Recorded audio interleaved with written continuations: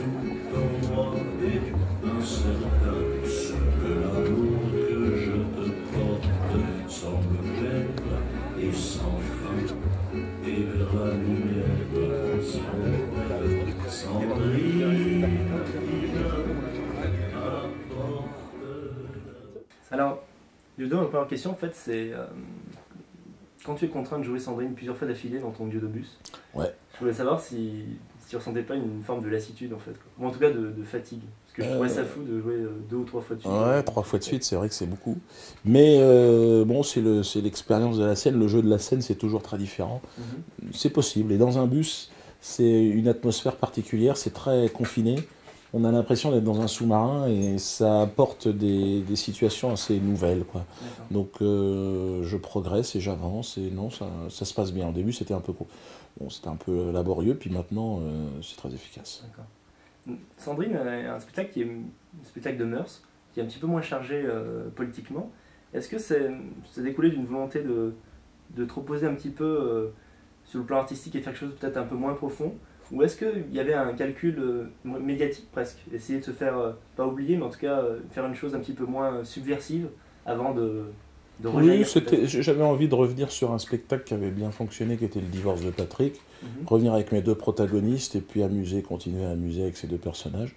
Et puis alterner, parce que c'est, voilà, ne pas être focalisé sur un sujet plus qu'un autre. Mais je ne dis pas que le prochain spectacle sera un peu différent. D'accord, d'accord.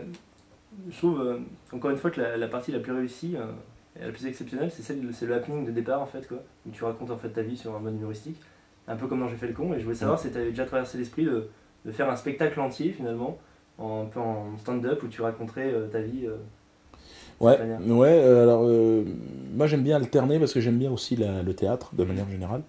Donc les scènes, les situations, les personnages. Et j'aime bien, et je pense que les gens aiment bien qu'on leur raconte des histoires aussi. Donc ils viennent se divertir et en même temps, le stand-up est un exercice que j'aime bien, qui est qui est plus politique. Mais pour l'instant, j'ai envie de me concentrer sur les deux. Alors la prochaine fois, je vais encore, je crois, faire un peu des deux. D'accord, mélange. Ouais.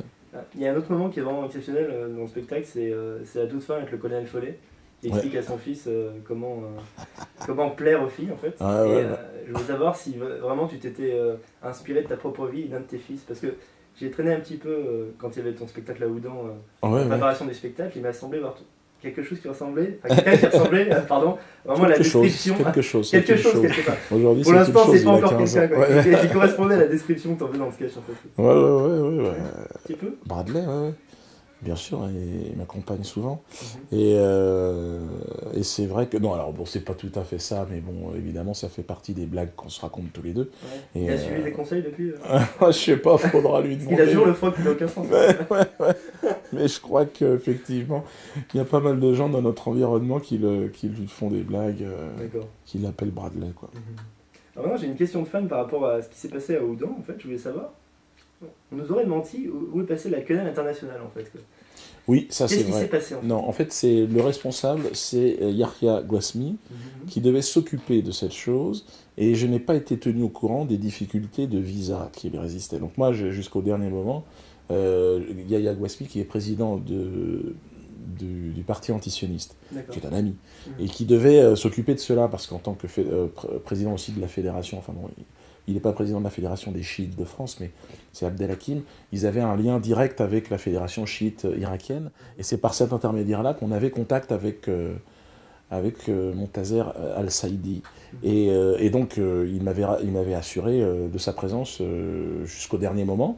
Et puis, il m'a appelé pour me dire... Enfin, il m'a appelé, non, il m'a même pas appelé, d'ailleurs, c'est une autre personne qui m'a dit, bon, ça paraît difficile. Et, il est venu une fois en France, et il y a eu des... Enfin, une fois en France et en Suisse, Montazer Al-Saïdi, et il s'est fait... bon, il a déjà provoqué pas mal de réactions. D'accord. Et les autorités apparemment françaises avaient décidé de ne plus lui accorder de visa. D'accord. Donc voilà un peu l'explication. Mais j'étais un petit peu... Je n'étais pas en contact direct, moi, avec lui. Ce qui fait que... Voilà, tout était dans la discussion avec Yahya Gouasmi. Et Yahya, là-dessus, voilà, il n'a pas été très réactif. D'accord. Donc c'est un peu de sa faute, c'est un peu de sa faute, pour D'accord. être clair, un peu de sa faute. D'accord.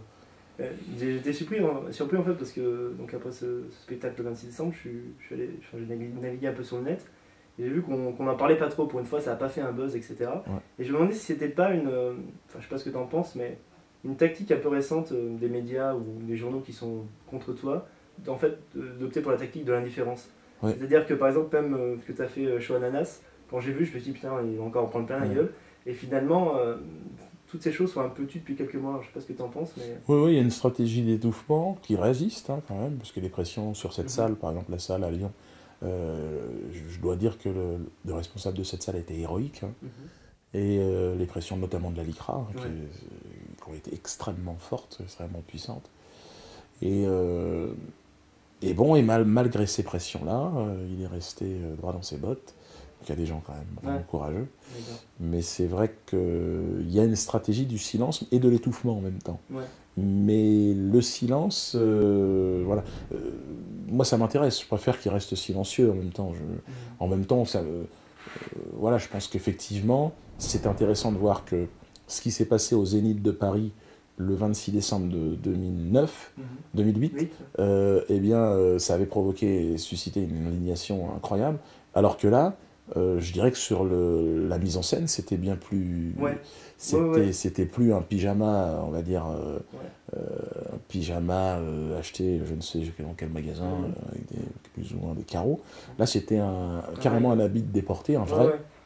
Et c'est étonnant que la personne remettait les canons, et que là, il y a eu absolument... Donc c'est pour ça qu'au moment de l'appel, on va interroger les pouvoirs publics. Alors comment ça se fait que une année, ça choque, et l'autre année...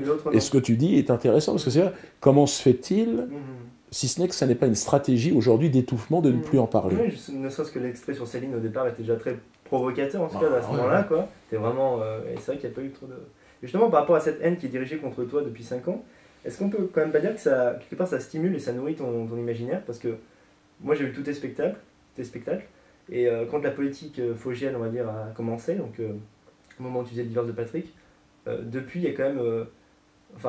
t'as grimpé de niveau de manière hallucinante depuis mes excuses, et je veux savoir comment toi t'analysais ça, et si tu pensais pas que c'était cette pression qui finalement te... Je pense que l'adversité découvre, comme le disait le philosophe anglais Hobbes, l'adversité découvre nos vertus et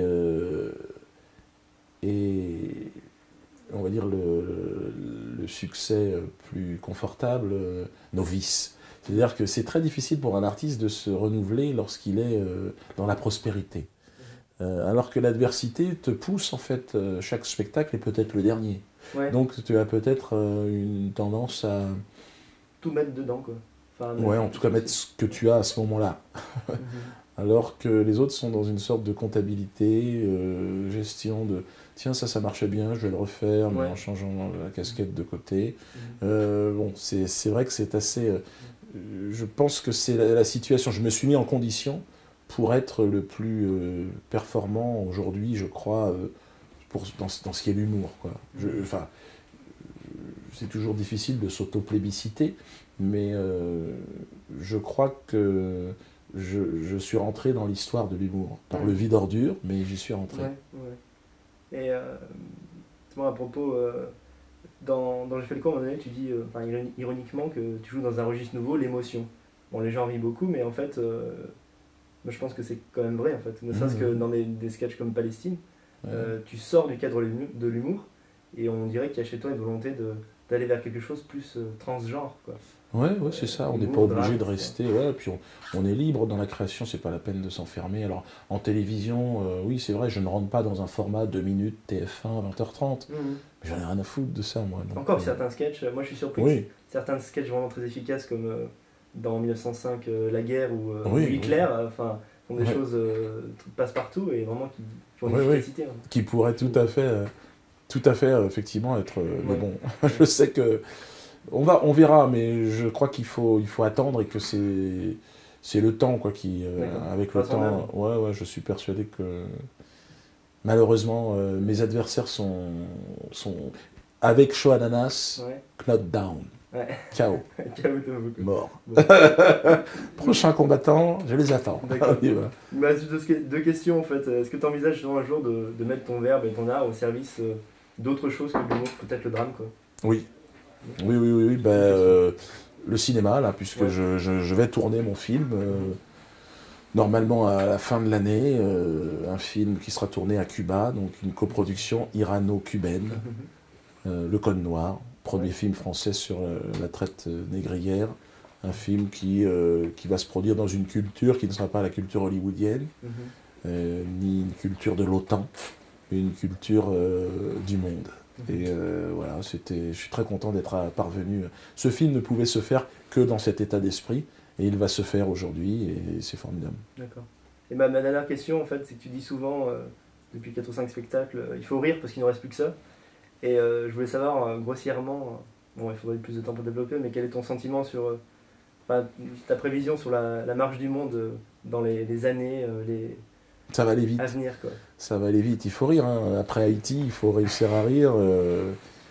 Haïti qui est très, très symbolique hein, pour l'Afrique et pour les populations afro-européennes, afro-américaines, populations caraïbes.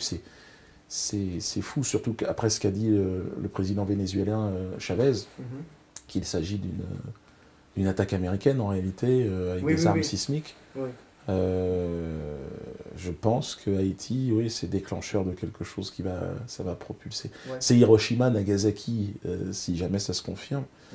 Et si c'est vrai, et c'est vrai que tout ce que l'on peut imaginer, l'axe américano-sioniste l'a mis en œuvre, et multiplié par 10. Et donc, oui, je crois qu'ils sont tellement mal aujourd'hui qu'entre la grippe H1N1, la chiasse H1N2, ils sont capables aujourd'hui de tout. Et Haïti, c'est un peu la Mecque du nègre. Ouais. Et donc, je crois qu'ils ont fait une erreur en taquinant le culte vaudou.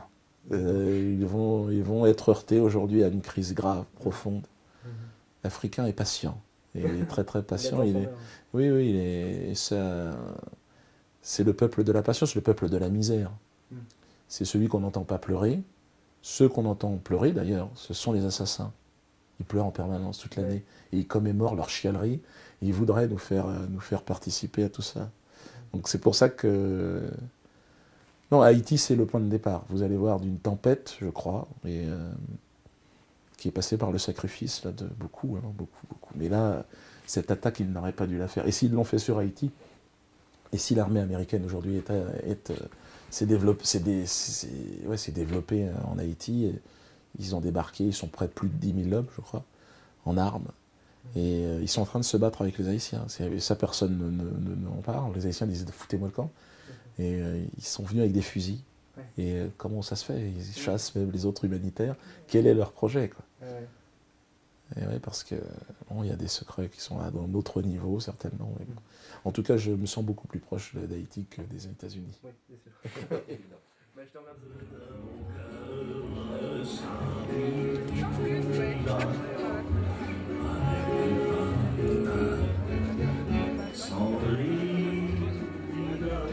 Rejoignez mon univers grâce à ma page Facebook Nous échouerons vainqueurs. Partagez vos œuvres et fabriquons ensemble une communauté d'artistes intelligents et humanistes, tous unis contre le nihilisme et le triomphe du lait.